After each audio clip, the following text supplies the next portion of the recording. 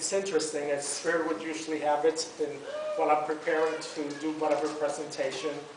Usually Spirit has something other than what I have planned. And I said, no, we're not changing. So I can deal with changing a word here or there, but not the entire lecture. And it's also interesting that I was here 2 weeks ago while Annette was doing the announcements, that she's mentioned this one is coming back, and this one is doing this, and this one was doing another. And I said to myself mentally, well, why does she invite me? So Spirit put me to the test. Spirit put me to the test.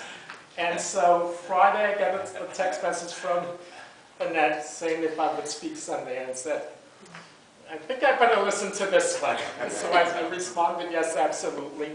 And I was in the process also of preparing a lecture for another church that I do every so often, a lecture there. And I said, well, maybe I'll take this opportunity to practice that one in preparation for the other. Spirit said, no, that's not happening.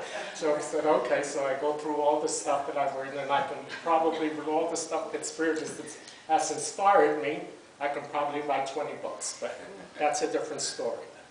So I chose out of everything to speak about what is your spiritual path.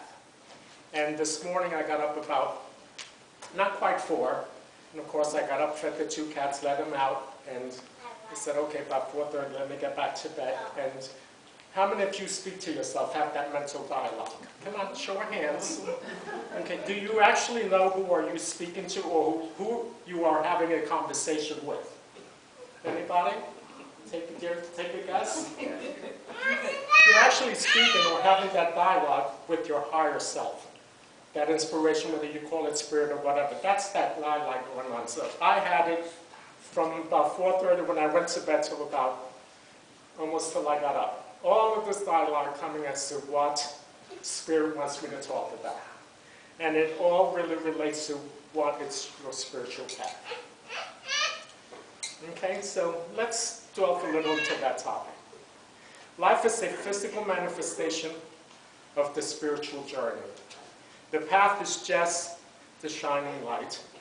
And yet, at the same time, man has to become that path itself. He enters the light and becomes the light and functions then as the lamp set in the dark, bringing illumination to others and lighting the way before them. We are the total sum of our experiences. And those experiences, may they be positive or negative, make us who we are. At any given point in our lives, and like a flowing river, those same experiences, and yet those to be or come, continue to influence and reshape the person we are, and the person we are to become. None of us are the same as we were yesterday, nor will we be tomorrow. As more of us, as more and more people become conscious about life and all the mysteries of life, surrounding life, the question may arise, what is my spiritual path? And some of us not realizing perhaps of walking that path unconsciously, and we constantly question ourselves because we lack the confidence to trust Spirit enough to guide us in the direction we're meant to walk. Again, sometimes they'll put us to the test, and I'm here standing here today proving that. Okay. So what is my spiritual path? We emerge along a host of other questions, of existential questions, and if you're asking yourself, what is my spiritual path? Then you are seeking a course of correction. We were headed in one direction, thinking that this is the way. That makes the most sense. But that was a different time in your life. You've changed, but your path has not. Your path has remained the same. And I'm going to veer a little bit from this. Again, the Spirit, it's guiding me in a different direction. Last Saturday actually, I did an event that I always do in September. And I hadn't finished the year before, and Spirit was already prompting me to what I needed to do this year. And it was a whole long year process, the accumulations of what Spirit was guiding me to do. And we have to be open and receptive to the things that we need to do, not for ourselves, but in service to our fellow man. And so it turned out to be, at least in my eyes, the most spiritual event that I've held, for what I call our spiritual community. So we have to be open and receptive. And to do that, I'm going to share with you a little exercise. If you would all, because sometimes we hear. You may be hearing me, but are you listening? It takes to be in the heart center to actually listen and be open and receptive to the words that we need to hear. So if you just focus, if you like, you can put your hands to your heart center and just open yourself to be open and receptive to hear the words that you are meant to hear. The words that will resonate with you, not through the senses of the ears, but into your heart. Because that's where true listening occurs, listening with the heart. So take a deep breath and breathe and allow yourself to be open and receptive to the words that I present to you, not from my mouth, but from the inspiration of Spirit. Take it in, release, allow yourself to be at peace, allow yourself to be at one, which is your rightful state of being. Once again, another deep breath, deeper still, centering in your heart center, and allow yourself once again to be receptive and open. And there you are. You can remain in that state if you so desire, where you're comfortable and relaxed. Okay.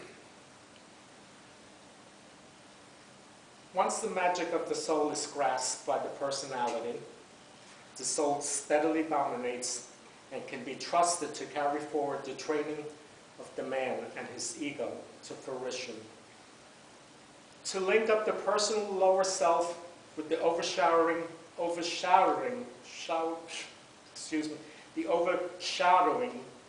soul or the higher self, so that the physical brain that is in an assurance consciousness as to the reality of that divine fact. To give practical instructions that will enable the aspirant to understand his own nature, to control the forces of his own nature, and learn something of the forces with which he is surrounded, to enable him to unfold his latent powers that he can deal with his own specific problems, stand on his own 2 feet, handle his own life, solve his own problems and difficulties, and become so strong and poised in his spirit. All that tends to lift the status of humanity on any plane of manifestation is a religious work and has a spiritual goal. Matter is but spirit on the lowest plane, and spirit, as we are told, is matter on the highest plane. Therefore, all workers and knowers of God, in or out of fleshly bodies, and working in any field of divine manifestation, form part of that planetary hierarchy and are integral units of the same thought. These processes of power, of spiritual insight or perception, as well as objective or physical vision, come to us. Over the years, we have spent lots of time doing, but not a lot of time considering what has true meaning for us or value. And now, you've approached the bridge and taken a second to pause, only to see the chasm in your life. Great, better now than never. This is the time to break free from your usual mundane daily activities, because we're so busy in these days that we don't have time even for ourselves a moment. But yet we have all the time in the world if we so desire. Perhaps we even need to back up, stop, and ask for directions. If you are seeking out your spiritual path, then your current life is not fulfilling its purpose. And now it's your chance to make the change that is needed, and hopefully one for the better. So now you've been called to your spiritual arms. You are taking stock of all the things in your life that matter to you, that are of importance, not of in a material sense, but in a spiritual sense. You are seeking answers to the questions you're asking. What is my mission in life? And what endeavoring to answer those questions. Again, what is the spiritual path? The spiritual path is a specific purpose designed for you. Better yet, it's designed for your soul and by your soul. When you make the conscious choice to incarnate in this physical realm, you also contract to bring a few life lessons or soul lessons that you need to master. Some of these lessons may be from the past life, if you believe in reincarnation. Those lessons are a way for your soul to progress and evolve. In either case, you are here to learn, to grow spiritually, and that is what your soul path leads you towards. Spiritual perception grows slowly and surely as the brain becomes capable of illumination. From the soul, via the mind,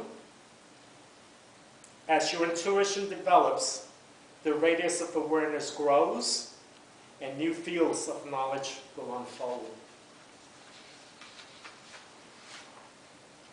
In solitude, the seed of the soul flourishes. In solitude, the divine self can speak, the higher self. Remember when we speak to ourselves. In solitude, the faculties of the grace of the higher self can take root and blossom in the personality. In solitude, also the master can approach and impress upon the conscient soul the knowledge that he seeks. The development of intuition and discrimination are their ability to sense the higher vision and to achieve, at the cost of the lower, the consciousness of the higher and the strength of the inner contact with the soul. With clear vision, upright purpose, and firm, undeviating action, you forge forward. When the communication between the soul and its instrument, the mind, consciousness is steady. The soul dominates its form through the medium of life thread, and through it vitalizes its triple instrument: mental, physical, and emotional. And thus sets up communication with the brain.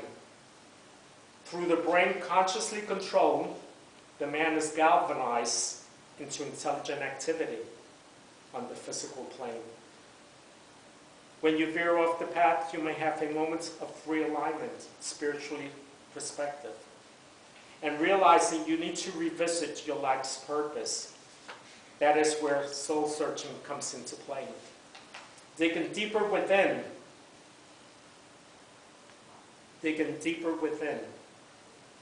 because we're always looking out of ourselves for the things that are already within us.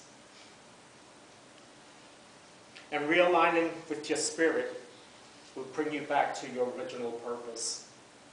Spiritual realignment is not as difficult as traversing the spiritual path.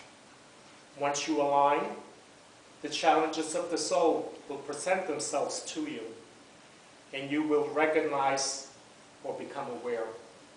Your only job is to meet the challenges and to overcome them. All the challenges are emotionally linked. You will need to pay attention to how you react to those challenges that are presented to you. The last illusion to overcome on the spiritual path is the idea that there is a division between the spiritual and the material realm. between spiritual and mental activities. Instead, you will be able to remain in oneness, making anything that you do a spiritual activity. This will then serve to fulfill the purpose for taking embodiment in the first place, coming into this classroom of experiences, of life experiences. Namely, to accelerate the vibration of the material universe to a higher level, where it can become a permanent part of the spiritual realm. Knowing also that the love, the wisdom and understanding of those watching elders from the spirit side of life are back of every aspiring son of God. Even though apparently and wisely you are left to wrestle through your own, to find the light and the strength of your own power of your soul. What is your spiritual path, I ask once again? The main objective is to become aware of the soul, to cultivate soul consciousness, and to learn to live and work as souls. For that's what we are, we have been, and will always be. Through the use of the still a higher faculty, this higher faculty is the intuition, which is the characteristic of the soul. The higher vibration and the lower is the character building and the subjugating of the ego. The first prerequisite upon the path. Understanding the forces which require subordination and those which require to be strengthened. The question which the seeker now asks, which only he has the right to answer, is, what is the motive governing my aspiration and my endeavor? Why do I so diligently invoke my soul? We need to understand the purpose for which we exist, and thereby begin to see the world open up and our spiritual questions begin to be answered. We will learn more about ourselves and who we are. Keeping an active and curious mind, as well as being engaged in your life, will produce wonders and miracles you've never imagined. Then in the light of the knowledge, of true knowledge, we move forward and upon the path of our destiny, as we come to know ourselves as a channel through which spiritual agencies can work. The development of the intellect in us makes us fit for the work of treading the path back to full soul consciousness. The development of the wisdom, love aspect demonstrates your fitness for further progression in the awareness of the state of pure being. The highly spiritual man is aware of the synthesis that he is a soul, whose consciousness is that of unity. It draws on him slowly and surely that deciding factor in the struggle is his divine will, in contradiction to his selfish will. The dual forces play their part until they are seen two great streams of divine energy, pulling in opposite directions and becoming aware of the two paths. One path leads back to a dreary land of rebirth, and the other leads to the golden gates of the city of free souls.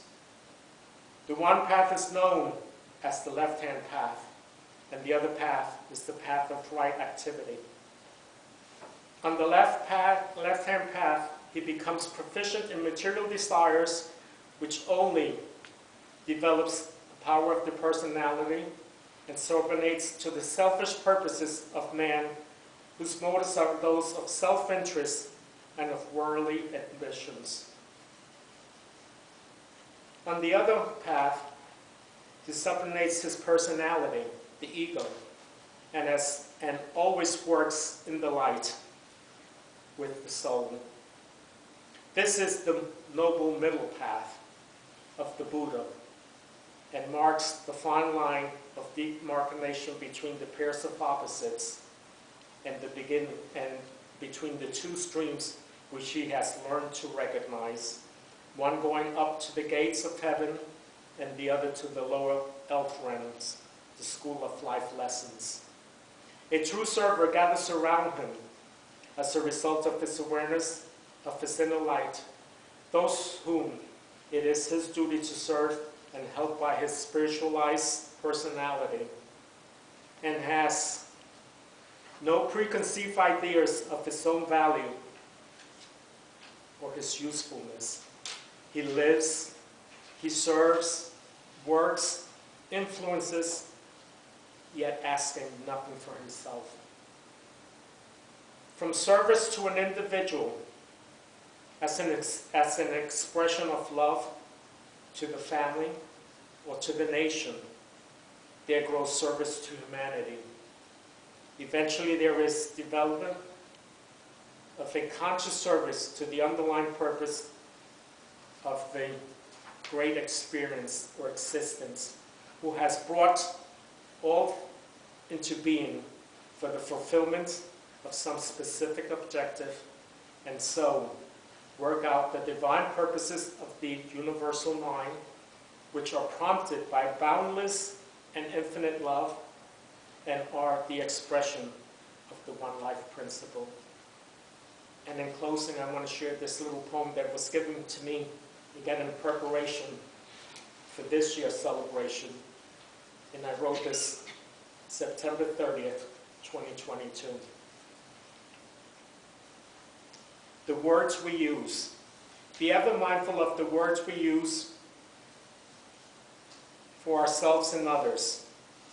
They all have vibration and power of the law of cause and effect. The intention and affection of that which we wish to express. Be ever mindful of the words we wish to express. They have the power to inflict, to embrace with love and compassion, or cause great affliction. For what you put out will always come back to you. Be ever mindful of the words we use to express or to bless or curse, to empower or oppress, to give comfort or cause distress. We can't blame others for the things we have said. Be ever mindful of the words we wish to express. Use them with conviction and avoid the contradictions we use when we clearly express, asserting and averting all confusion and delusion. Be ever mindful of the words we use to express, always thinking with your heart and not your head. And I leave that with you. Blessed day to all.